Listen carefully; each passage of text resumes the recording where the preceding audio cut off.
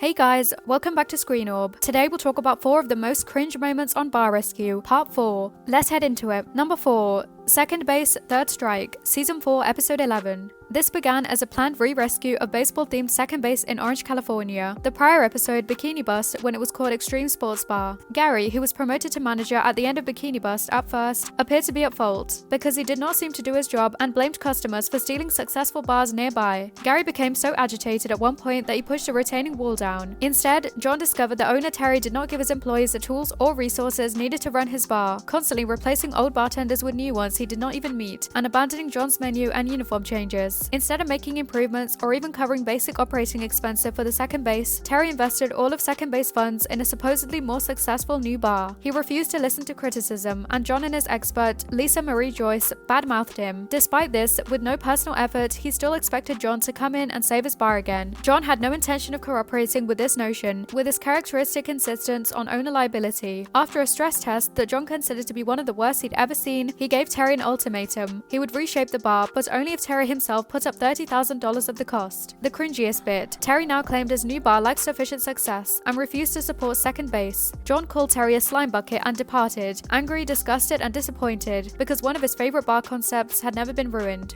Terry's final excuse for John was that if he had the money, he would have agreed to contribute to the new remodel, to which John replied to Terry that if he ran second base the correct way, he would have the money. However, John promised to assist the employees of second base in finding new jobs. I'm going to put an additional $100,000 in your bar on top of what I've done. If you put in $30,000, you can't. I don't have the money. Because I don't trust you, because you are a slime bucket. Number 3. Bromancing the Stone, Season 4, Episode 15. The beloved sandbar, Taffa Loves Sandbars, becomes obsolete in Miami's Coconut Grove area as the yuppie millennials and affluent baby boomers take over the area. It's best known for serving fish tacos and huge burritos that no one remembers eating, a beach-themed mess with ripped seats, plastic cup cocktails, and years of spilled Red Bull on the floor, so it only makes sense that Taffa would turn it into a sophisticated Asian fusion place that served raw meat to be cooked on a hot rock. Because of this, he rechristens it the Hot Rock, and also installs TV above any table showing lava, which is also hot rocks. In Scarface, Taffa and his crew use the word sophisticated more times than they say the F word. By using frozen juice spheres instead of ice cubes, they also get sophisticated. This will be yours someday, says one of the owners to his baby. If you look close enough, you can see the kid cringing. The cringiest bit, one owner is Mr. Manager, the other is a fantasy football addicted club. In a heated debate, Mr. Manager looks his partner in the eye and says, Taffa then intervenes and makes Captain Fantasy apologize. I'm sorry I did that, he declares. For an awkward amount of time, the camera lingers on their faces, then cuts to commercials. The line is repeated when the show returns, this time with more dramatic music and zero context. After nearly 20 minutes, the girls finally got their drinks along with their food.